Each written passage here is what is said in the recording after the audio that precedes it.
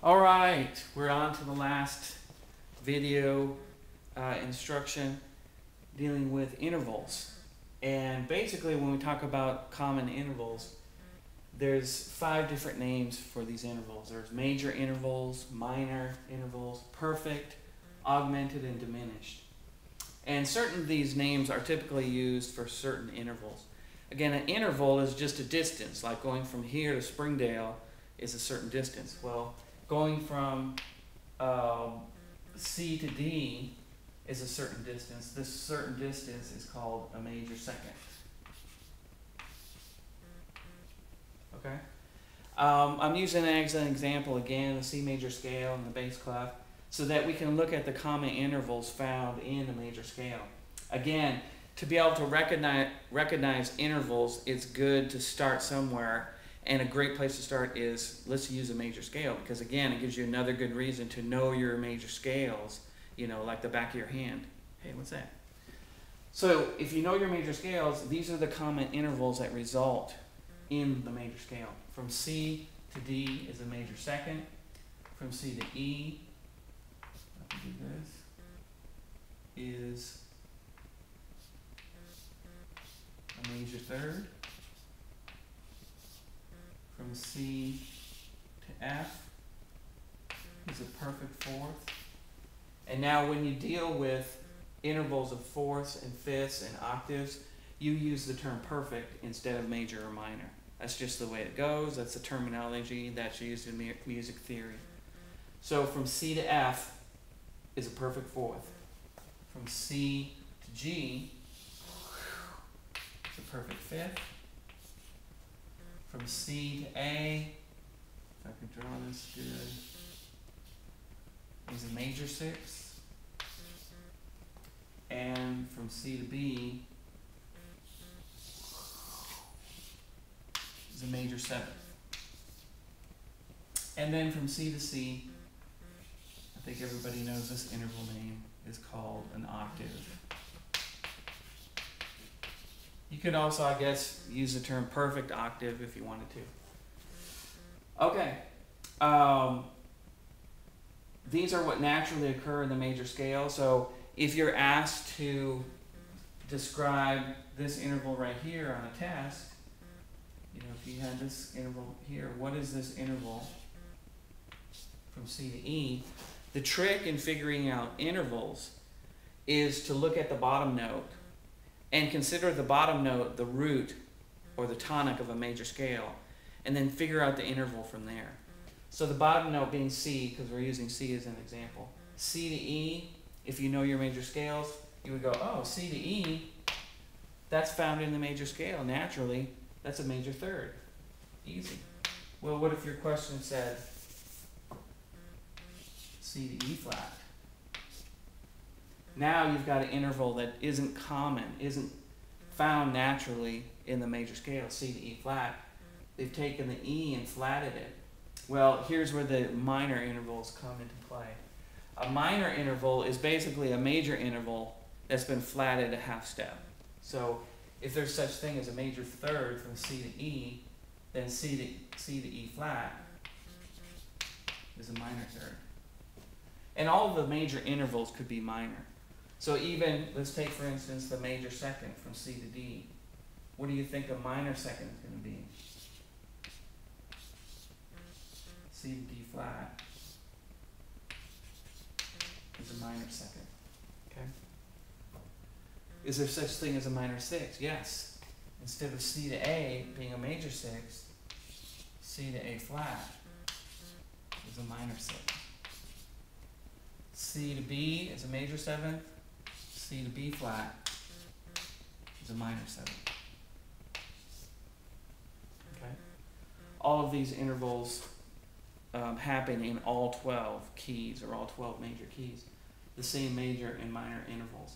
Again, it's always based on, if you have a problem, the lowest note. You consider the lowest note the root or the tonic of the major chord, and you figure out your interval from there. The term minor is never applied to an octave or a perfect fourth or perfect fifth. Now the terminology augmented and diminished come into play. when you wanted to describe, well, if you have a perfect fourth, what if you had C to F sharp? C to F in the key of C, or just the interval C to F, is a perfect fourth. Well, what if you had C to F sharp? That interval is called an augmented fourth. Okay? Same is true for the perfect fifth. If you had C to G sharp, C to G is a perfect fifth, C to G sharp, the augmented fifth. And you use a capital A for augmented. What about this interval here? Instead of C to F sharp, what if you had C to G flat? Now the terminology diminished comes into play. That's how you would describe C to G flat. It's almost a perfect fifth, but it's flat at a half step. So it's actually a diminished fifth. So augmented means raised a half step. Diminished means lowered a half step. When you're talking about perfect intervals. Notice here that on the piano, F sharp and G flat, if you went to the piano, they're the same note or the same button on the piano. But depending on how you spell this interval, it actually has two names. It looks the same, it sounds the same if you played it. C to F sharp and C to G flat sound the same on the piano. They're the same buttons that you push. But depending on how you spell it, you would actually give it a different name. If you spelled it with an F sharp, it's an augmented fourth. If you spelled it with a G flat, it's a diminished fifth. And those are common ways of writing both those intervals. Anyway, those are probably the most common intervals that you'll find. Major and minor seconds, major and minor thirds, perfect fourths, augmented fourths, perfect fifths, diminished fifths or augmented fifths, major and minor sixth, major and minor seventh, and octaves. Are there intervals that are also in there that are really kind of strange? Like, if you can have a major second, is there such thing as an augmented second? Yes, there is. And again, augmented in this case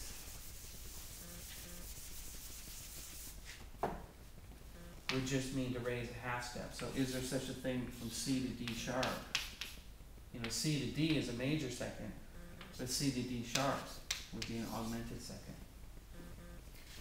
C to C is an octave, but what if you had C to C flat?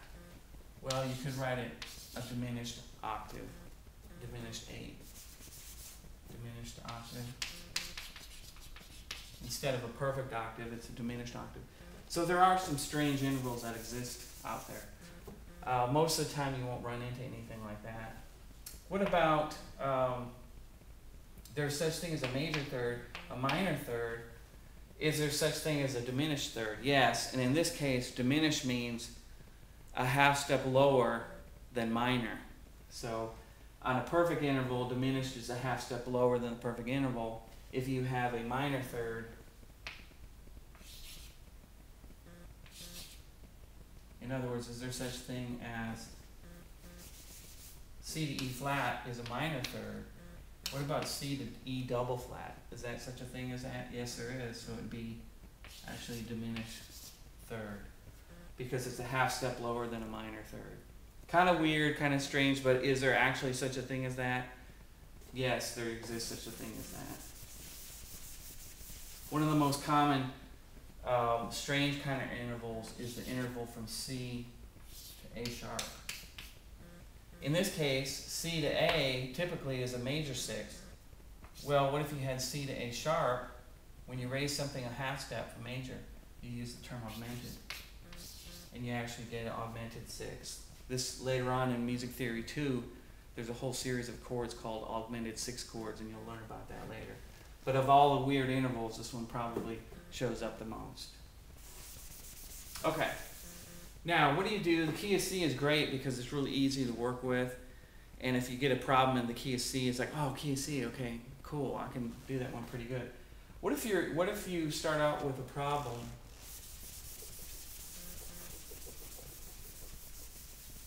because the trick is to take the first note, if you have an interval like the key of C, okay, what is this interval? You know, C to B flat.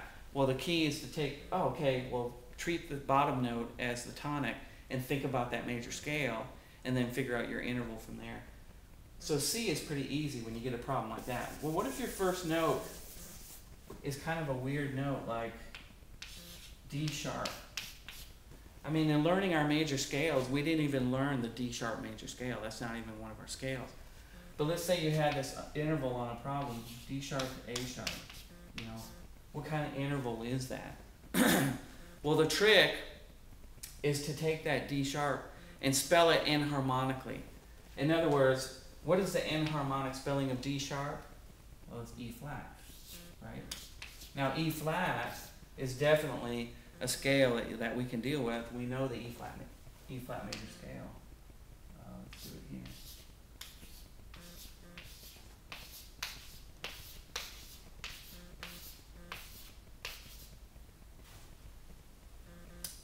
Actually, I should do it. I'll lay it out. Okay. If you had the A sharp there, if you spell this enharmonically, what you have to just remember is how you spelled it enharmonically. In this case, we went up to the enharmonic spelling. We went up to the next pitch class. So instead of calling it some kind of D, we call it some kind of E. And all you have to do is when you get your answer is to remember that. Okay. So A sharp, we'll also spell that enharmonically, B flat. And now we can look E flat to B flat. Oh, that's a perfect fit.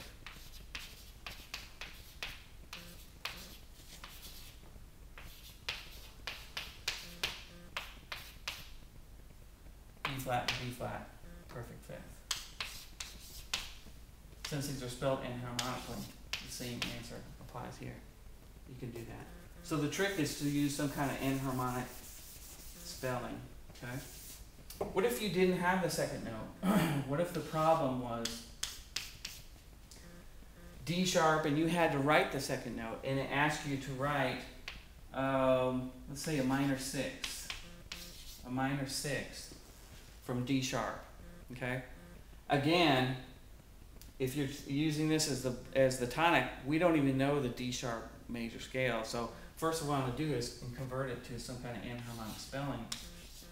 And so we're going to remember that we went up to the enharmonic spelling, because then when we figure out the answer, we'll go down to write our final answer.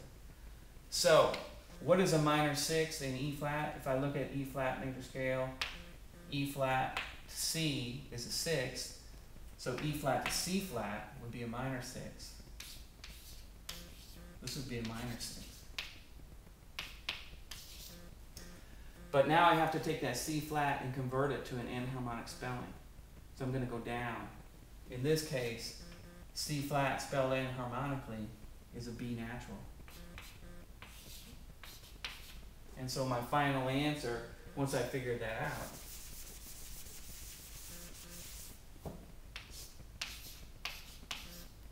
I put it back in the original key.